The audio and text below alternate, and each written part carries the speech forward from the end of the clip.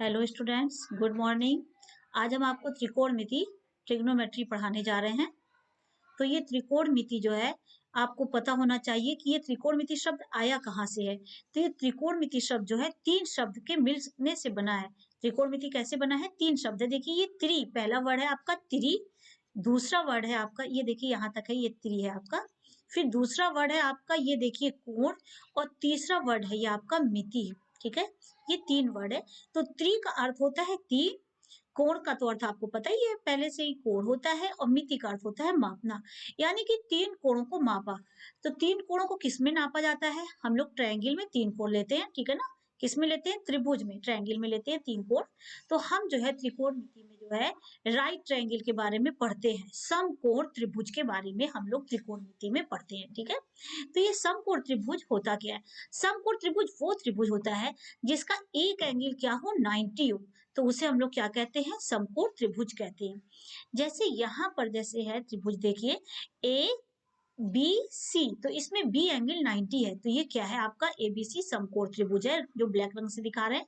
फिर एक नेक्स्ट देखिए त्रिभुज बना हुआ है, रेड रंग से बना हुआ है, ए बी सी, इसमें भी बी एंगल क्या है? आपका 90 है, तो ये भी आपका क्या है? समकोण त्रिभुज है। तो ये समकोण त्रिभुज के बारे में हम इस त्रिकोणमिति में अध्ययन करते हैं। तो ये समकोण त्रिभुज में क्या होता है? 6 रेशियोज हमको त्रिकोणमिति में याद करने हैं। 6 रेशियोज होते हैं।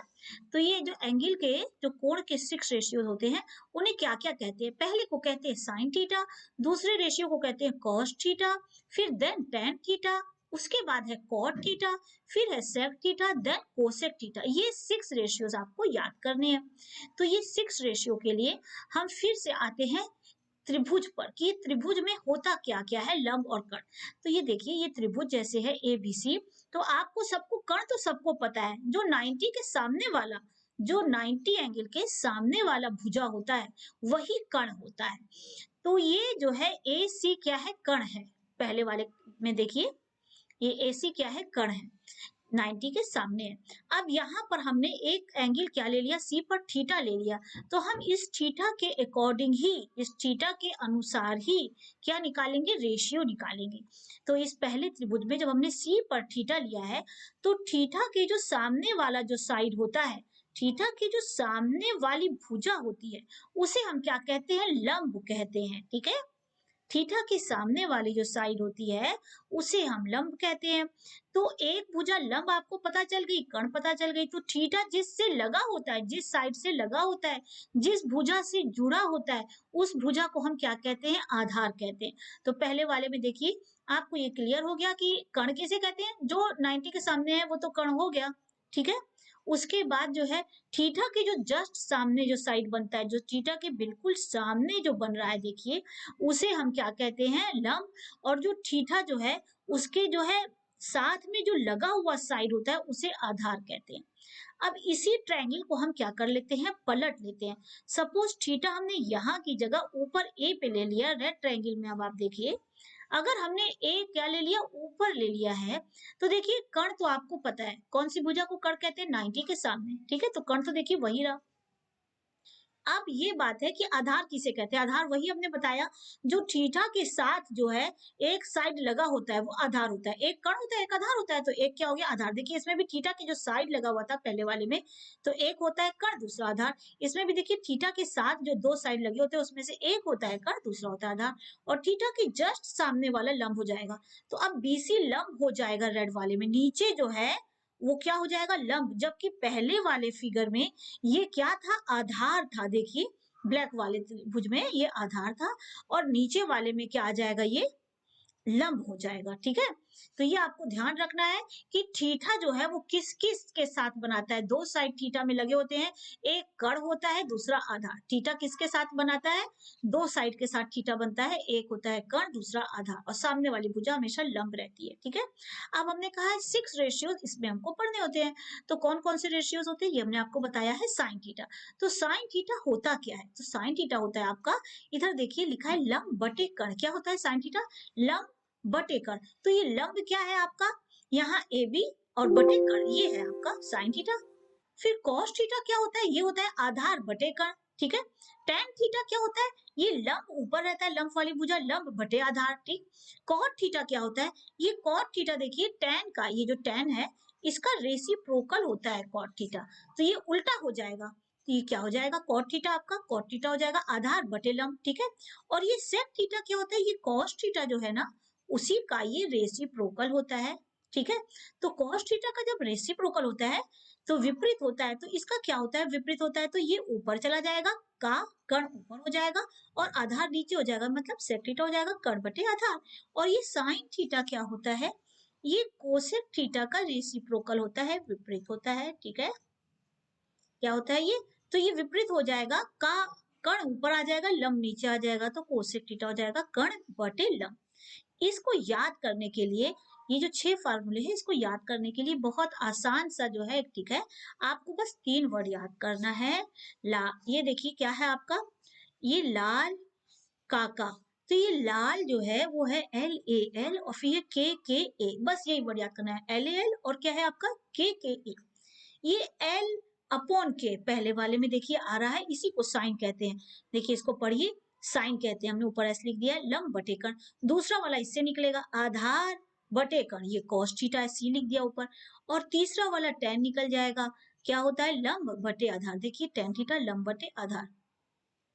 अब आपने कहा जब टेन तक आ गया है तो कॉट क्या होता है, टेन का रेसिप्रोकल होता है, तो ये उल्टा हो जाएगा आधार बटे लंब, तो देखिए कॉट में आ जाएगा आधार बटे लंब। और ये सेक थीटा हमने बताया कॉस का रेसिप्रोकल होता है, देखिए यहाँ लिखा था, तो यहाँ क्या हो जाएगा उल्टा हो जाएगा ना, तो ये का और आ नीचे आ जाएगा, तो का मतलब कर्ण ऊपर आ जाएगा, आधार नीचे आ जाएगा। और साइन का देखिए रेसिप्रोकल ऊपर हमने बताया था, ये साइन का रेसिप्रोकल होता है कोसेक, तो कोसेक में क्या हो जाएगा, कर्ण देखिए का पहले लिखेंगे और लाउ नीचे लिख देंगे, तो ये आपको बस वर्ड याद करना है LAL KK, इससे आपको सारे फॉर्मूले याद हो जाएंगे, ठीक है। अब आप जो है इसे समझ गए होंगे कि आधार और लंब में डिफरेंस क्या होता है, ठीक है। इसके आगे देखिए, ये जैसे कि आपका ये त्रिभुज है ABC, ठीक है, तो इस ABC में आपका AB क्या है, लंब है, और नीचे वाला BC क्या है, आधार है, क्योंकि थीटा के सामने वाला है, और कर तो आपको क्लियर है AC है, ठीक है। तो हमने आपको बताया है अभी कि साइन थीटा क्या होता है, यहाँ पर हमने बताया है कि साइन थीटा होता है 1 अपॉन कोसेक थीटा, ठीक है ना। क्या बताया है कि साइन थीटा कोसेक थीटा का विपरीत होता है, दिस इंप्लाइज दैट, ये क्या बता रहा है आपको कि साइन थीटा और कोसेक थीटा, ठीक है ना, इज इक्वल टू, अगर मल्टीप्लाई करेंगे तो क्या आ जाएगा आपका 1 आ जाएगा, क्योंकि ये उधर आ जाएगा तो ये किस में जाएगा, मल्टीप्लाई हो जाएगा। उसी तरह अगर आप इसको ले लेंगे कॉस थीटा, तो हमने बताया है कि कॉस थीटा किसका विपरीत है, सेक थीटा का है, ठीक है, या सेक थीटा किसका विपरीत है, कॉस थीटा का है, तो ये क्या हो जाएगा उल्टा हो जाएगा, यहाँ आ जाएगा cos theta into sec theta, ठीक है, इज इक्वल टू 1 हो जाएगा, ठीक है। अब तीसरा होता है टेन थीटा, तो टेन थीटा क्या होता है, tan theta is equal to होता है आपका, यहाँ पर जो है 1 अपॉन कॉट थीटा लिख लीजिए, ठीक है, कॉट थीटा का होता है ना विपरीत रेसिप्रोकल, तो ये tan theta into cot theta क्या आ जाएगा आपका, tan theta into cot theta is equal to आपका आ जाएगा 1, ठीक है। तो ये आपके फार्मूले जो है साइन कॉस और टेन के दूसरे फार्मूले हैं ये।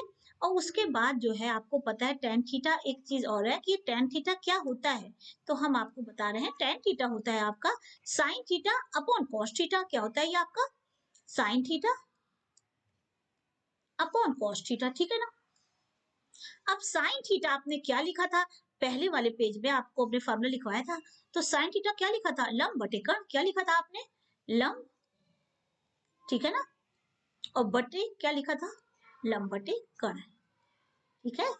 और नेक्स्ट जो है कॉस थीटा क्या लिखा था आपने, आपने लिखा था आधार बटे कर्ण, ठीक है ना, ये क्या लिखा था आपने, आधार, ठीक है ना, और बटे क्या लिखा था कर्ण।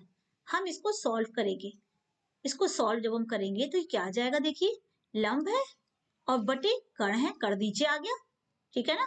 अब ये आधार तो नीचे ही रहेगा, ये आधार नीचे रहेगा ना, तो ये आधार नीचे आ गया, और ये ऊपर क्या आ जाएगा, कर्ण ऊपर आ जाएगा, तो ये कर्ण से कर्ण क्या हो जाएगा कैंसिल, तो ये आ गया लंब बटे आधार, ठीक है ना, लंब बटे आधार, मतलब ये आपका क्या आ गया है, लंब बटे आधार का मतलब है जो आपने पहले से फार्मूला निकाला था कि tan theta is equal to लंब बटे आधार, तो वही आपका आ गया। ठीक है ना, लंब बटे आधार यही था आपका फार्मूला। अब देखिए नेक्स्ट है cot थीटा। क्या होता है? cot थीटा होता है आपका ये cos theta upon sin theta होता है। ठीक है, तो ये cos थीटा में sin थीटा, cos थीटा ऊपर होता है, तो हम इसमें लिख सकते हैं आधार बटे कण। इसको क्या लिख देंगे हम? आधार बटे कण। ठीक है, और उसके बाद नेक्स्ट साइन थीटा क्या होता है? साइन थीटा आपको पता है लंब बटे कण होता है, तो ये आ जाएगा लंब बटे कण। अब हम इसको भी सॉल्व कर लेते हैं। तो यहाँ पर जब हम सॉल्व करते हैं तो क्या आता है? आधार, और नीचे क्या आ जाता है? ये आपका कण। ठीक है, ये आपका आ जाता है कण। उसके बाद ये लंब नीचे रहता है, ये लंब क्या हो जाएगा? नीचे रहेगा बेटा, और ये जो कण है ये ऊपर आ जाएगा। तो इसका मतलब क्या हो जाएगा? ये कण से कण फिर से कैंसिल हो गया, तो ये आधार बटे लंब। तो आप जो है पीछे जो हमने भी फार्मूले लिखाए थे तो उससे मैच कीजिए, ये क्या है? वही हो जाएगा। ठीक है, इतना आपको पूरा क्लियर हो गया होगा। तो इतने फार्मूले तो बिल्कुल बेसिक फार्मूले हैं, तो इसको खूब अच्छे से लर्न कर लीजिए। और इसमें कोई भी डिफिकल्टी हो तो आप आपको कमेंट बॉक्स पर फिर से रिप्लाई कीजिए, मैं आपको पूरा रिप्लाई करूंगी इसका। और कोई भी प्रॉब्लम हो तो आप जो है इसके पहले की भी वीडियोस हमने डाली हुई है, और इसके बाद वाले सारे लेक्चर में हम इसका सॉल्व पूरा करके डालेंगे एक्सरसाइज। ठीक है, उसको भी आप देखिएगा और खूब अच्छे से पढ़िए आप लोग। Okay, bye.